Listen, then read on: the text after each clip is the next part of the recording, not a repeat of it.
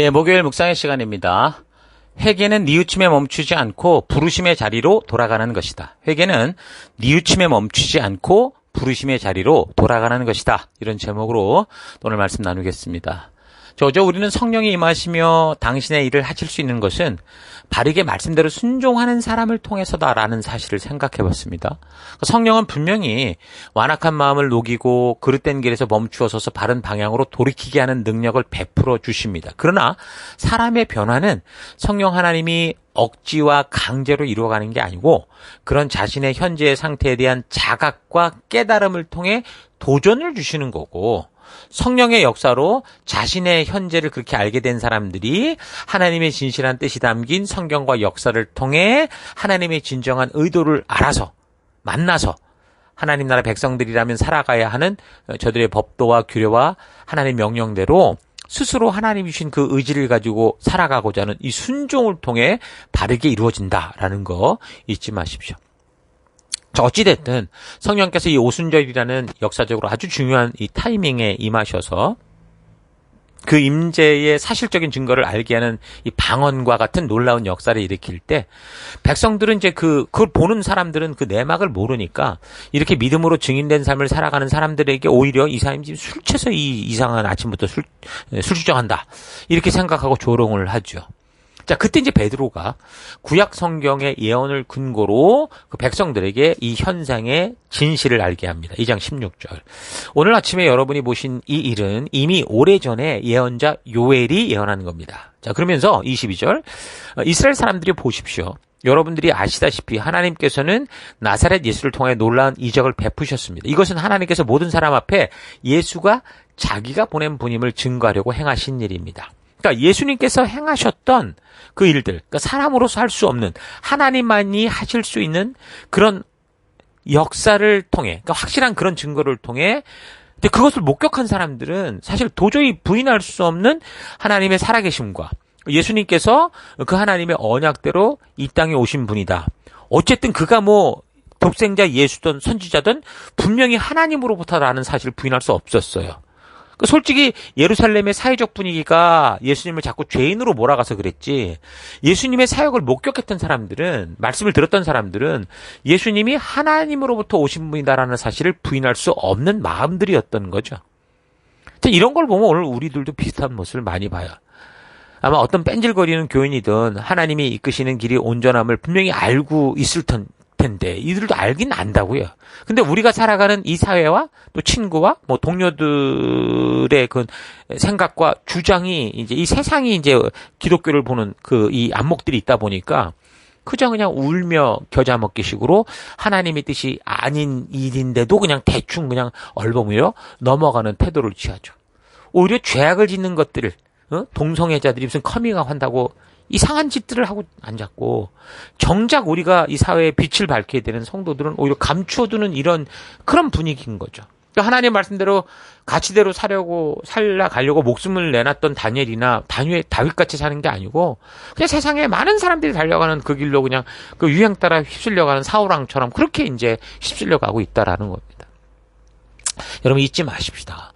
진정한 새 언약의 성도는 하나님 나라의 법도와 규례와 명령의 가치를 따라 살아가기 위해서 그 새로운 사람으로 태어났기에 세상의 유행과 의견이 아니라 다니엘처럼 다윗처럼 하나님 말씀대로 굳게 살고자 결단하고 그런 순종의 길로 나가야 되는 거예요.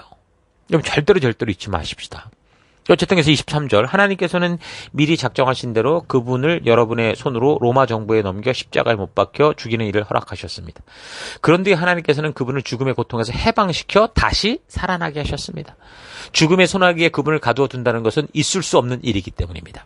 그러니까 이렇게 베드로가 지금 사람들의 숨겨진 양심을 팍 찌르는 말을 전하니까 그 6월절 십자가 사건을 목격하고 알고 있던 사람들이 자기들이 중요하게 생각하는 이 예루살렘을 막 혼란스럽게 한다라고 생각해서 직접 돌 던지고 십자가의 죽음으로 몰아넣었던 이 예수님이 바로 하나님이 보내신 그리스도 그의 아들이셨다라는 거, 그가 죽은 후 그의 말씀처럼 사흘 후에 부활하셨다라는 거, 이거 도저히 부인할 수 없었고 인정할 수밖에 없었던 거죠. 그래서 예루살렘에 모인 사람들은 예루살렘을 사모하는 사람들이에요. 그럼 베드로가 전하는 대상은 이방인이 아니고 이 모든 이 성경의 역사를 알고 있는 메시아를 기다리고 있는, 소망하고 고대하고 있는 그런 사람들이었기 때문에 적어도 베드로가 지금 증거로 삼아서 삼는 이 성경의 예언을 알고, 요엘의 예언을 알고 있는 이 사람들이나, 그 현상, 그 예수님이 오셨을 때 어떤 일이 있을 거라는 거 아는 이사야 예언을 아는 사람들이나, 이런 사람들은 정말 그 말씀을 부인할 수 없고 외면할 수가 없었어요. 그런 설교를 들을 때 그들이 그 하나님이 이루신 이 일들을 이제 더 이상 부인할 수 없는, 그러니 이제 막 죄책감과 두려움 속에 빠지죠. 자, 그래서 37절을 보면 사람들이 베드로에게 묻습니다. 형제들이여, 우리가 어떻게 하면 좋겠습니까? 그러니까 분명히 예수님께서 나를 못 믿겠거든, 내가 하는 일을 보고서라도 믿어라라고 말씀하셨고, 저들이 볼 때도 분명히 예수님께서 행하셨던 그 일들은 하나님으로부터가 아니면 안 된다는 거를 인정할 수밖에 없었는데, 그 분위기에 휩쓸려서 자기도 이제 또 공범이 되고 나서 그런 것들이 찔리니까 막 너무 괴롭고 힘드니 어쩌면 좋겠습니까? 라고 이제 제자들에게 물은 거죠. 그래서 38절, 그때 베드로가 대답했다. 여러분, 모두 죄에서 돌아서서 하나님께로 돌아오십시오. 그리고 예수 그리스도의 이름으로 세례를 받아 죄를 용서받으십시오. 그러면 여러분은 성령을 선물로 받을 것입니다. 그러니까 마음에 찔려 어쩔 줄 모르는 사람들에게 베드로 사도가 온전한 길로 올 수 있도록 제시한 방법은, 첫째, 불신과 부정에 대한 회개. 둘째, 예수 그리스도의 이름으로 세례를 받는 것이었습니다. 그러니까 회개와 세례인 거죠. 그 중에 먼저는 회개예요. 회개하면 죄사함을 얻을 것이고, 예수의 이름으로 세례를 받으면 성령을 선물로 받는다. 이렇게 된 거죠. 그러니까 어떤 성경들은 뭐 성령을 선물로 받는다 이렇게 또 되어 있는데, 성령을 선물로 받는 것과 성령이 주시는 선물을 받는 것은 좀 분명히 좀 다른 이해를 가지게 되죠. 영어 성경 대부분 보면 굿뉴스 바이블을 빼고는 You will receive the gift of the Holy Spirit 이렇게 되어 있거든요. 그러니까 한글 성경으로는 뭐 개역개정, 우리말 성경, 뭐 한글 킹 제임스, 현대인의 성경, 요거를 이제 성령의 선물을 받을 거다 이렇게 되어 있고, 뭐 개역 한글, 표준 세번역, 현대어 성경 같은 경우는 성령을 선물로 받는다 이렇게 되어 있습니다. 그러니까 성령을 선물로 받느냐, 성령의 선물을 받느냐에 대해서 왈가왈부 말이 많은 건데, 먼저 이 부분을 이해할 때 마치 성령을 무슨 물건과 같이 주고받는 것처럼 생각하는 거는 좀 고쳐야 됩니다. 성령을 무슨 물건처럼 주고받는 게 아니라는 거죠. 자, 그러면 그 의미는 지금 본문의 흐름으로 볼 때 예수가 하나님께서 보내신 그리스도이심을 믿게 됨으로 예수님께서 약속하신 진리의 성령 하나님께서 임하셔서 하나님의 뜻을 이루고 계시다라는 것. 그러니까 지금 예수님과 예수님 말씀하신 성령님이 일하시고 계시다라는 것까지 믿게 되는 거죠. 그래서 진리의 성령 하나님의 증거로 저들이 더더욱 하나님께서 예수님을 통해 이루신 구원의 역사를 확신하는 참된 진리를 깨닫게 되므로 저들의 삶이 이제 하나님의 법도와 규례와 명령의 가치를 따라 살아가는 열방의 제사장이요 거룩하게 구별된 성도로서, 그러니까 하나님 나라 백성, 새 언약 백성된 삶을 살게 되는 겁니다. 자, 그런데 이런 진리의 성령이 하시는 이런 일을 오해해서 성령의 임재를 무슨 어떤 신비한 힘이요, 어떤 영적 경험이라고만 생각을 하고, 그런 경험을 위해서 무슨 확신이 되지 않은 이상한, 이렇게 검증되지 않은 이상한 현상이 나타나는 그런 집회들 쫓아다니고, 거기 돈 갖다 가져 바치고, 불 꺼놓고 지극정성으로 그냥 몇 날 금식하고 철야하고 목지져라 외치고 나무 뿌리 뽑고 이런 경우가 있죠. 여러분 잘 분별이 됩니다. 성령의 임재를 체험하는 거는요, 하나님과의 언약을 따라 하나님의 명령과 법도와 규례의 가치대로 살지 못한 것을 회개하는 게 먼저고, 예수님께서 살아계신 하나님의 말씀이라는 사실을 믿기에 성경과 역사를 통해 하나님의 진실한 뜻을 깨닫고 겸손히 그분 앞에 그 말씀으로 우리가 마음을 집중할 때 진리의 성령 하나님이 간섭하시고 인도하시는 거예요. 그 성령님을 근데 어떤 신비한 힘이요, 뭐 어떤 영적 참이라거나, 그래서 성령을 받는다, 성령의 뭐 선물을 받는다라는 것이 어떤 현상을 체험한 거다라고 생각하는 거, 이거 오해하지 말아야 됩니다. 하나님의 진심이 담긴 성경과 역사를 통해 하나님의 진정한 뜻을 알고자 겸손하게 성경과 역사 안으로 들어가고자 하는 그런 사람들에게 하나님의 그 분명한 뜻을 알게 해주시는 그 진리의 성령 하나님으로 하나님의 법도와 규례와 명령의 가치를 따라 살아가는, 하나님의 의도를 따라 살아가는, 그 하나님의 진심을 만나고 그 뜻을 따라 살아가는 열방의 제사장으로 부름받는 자리로 나아가는 그런 우리가 돼야 되는 거죠.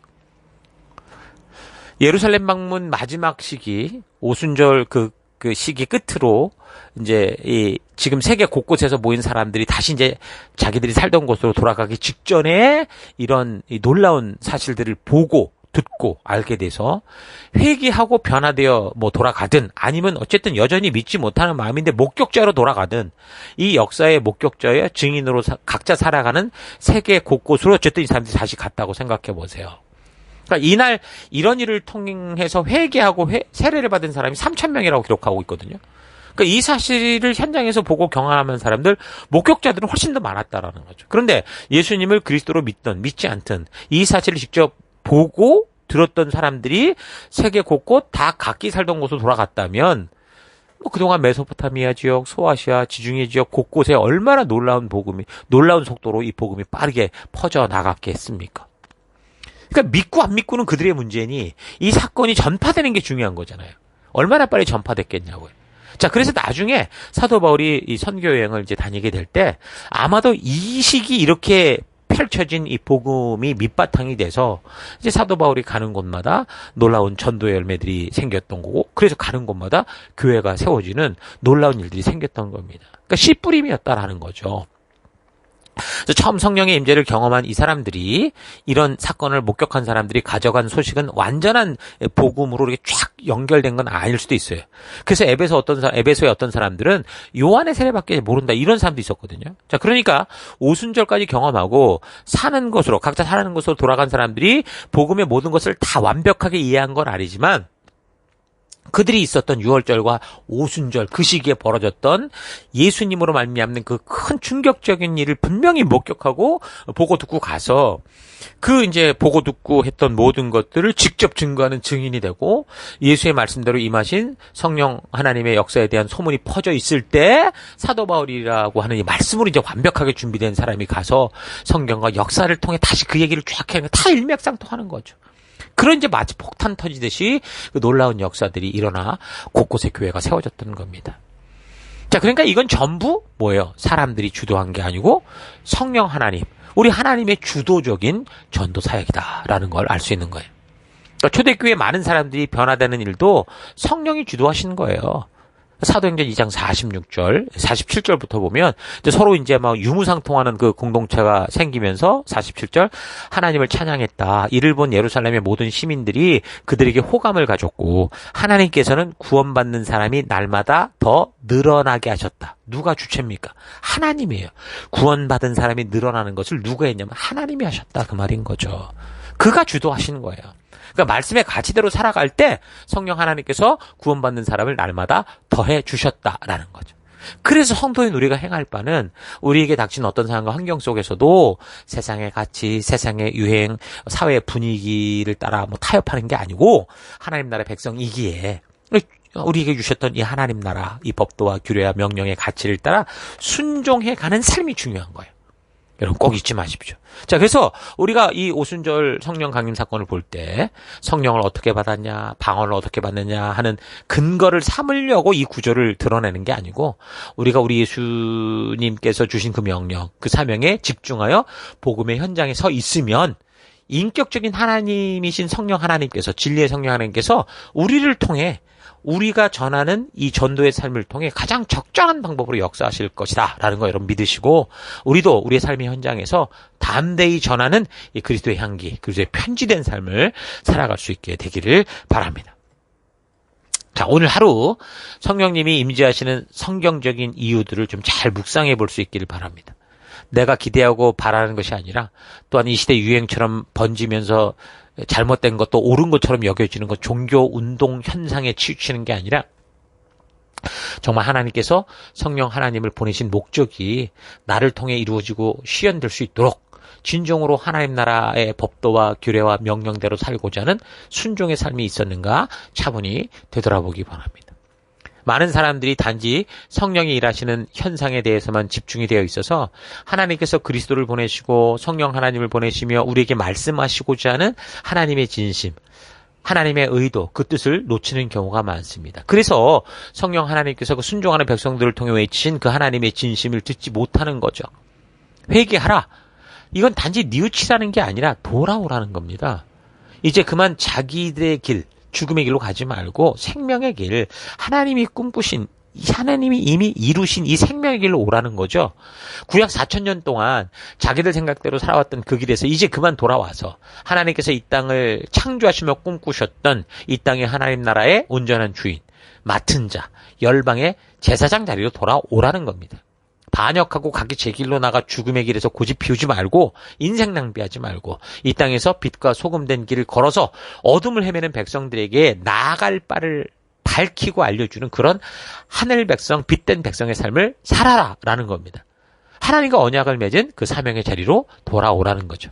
자, 그래서 이 땅에서 우리를 하나님 나라 백성으로 존재하게 하신 대로 우리에게 다가오는 어떤 상황과 환경 속에서도 하나님의 법도와 규례와 명령대로 살아가고자 하는 하나님 나라 백성들이 돼서 진정한 빛과 소금으로 우리가 나아갈 때 그 보내받은 삶의 현장에서 그 존재의 가치를 의심하고 혼란하게 하는 사탄의 거짓으로부터 참되고 변치 않는 진리, 하나님의 진정한 뜻과 의도를 알게 하는 역할로서 성령 하나님께서 함께해 주셔서 이 믿음의 백성들이 곁길로 가지 않고 곁길을 가도 속히 돌아와 하나님 주신 그 사명의 길을 기꺼이 걷게 하고자 하신 것이 성령 강림이요, 성령 세례요, 성령 충만이다라는 거 잊지 마십시오. 이런 사실 잊지 마시고 오늘 하루 우리가 보내받은 각자 삶의 터에서 우리와 늘 동행하며 진리의 길로 이끄시는 우리 성령 하나님과 거룩한 하나님 나라를 이루어가는 여러분들 될 수 있기를 주의 이름으로 축원합니다. 오늘 하루도 힘내십시오. 잠시 기도하겠습니다.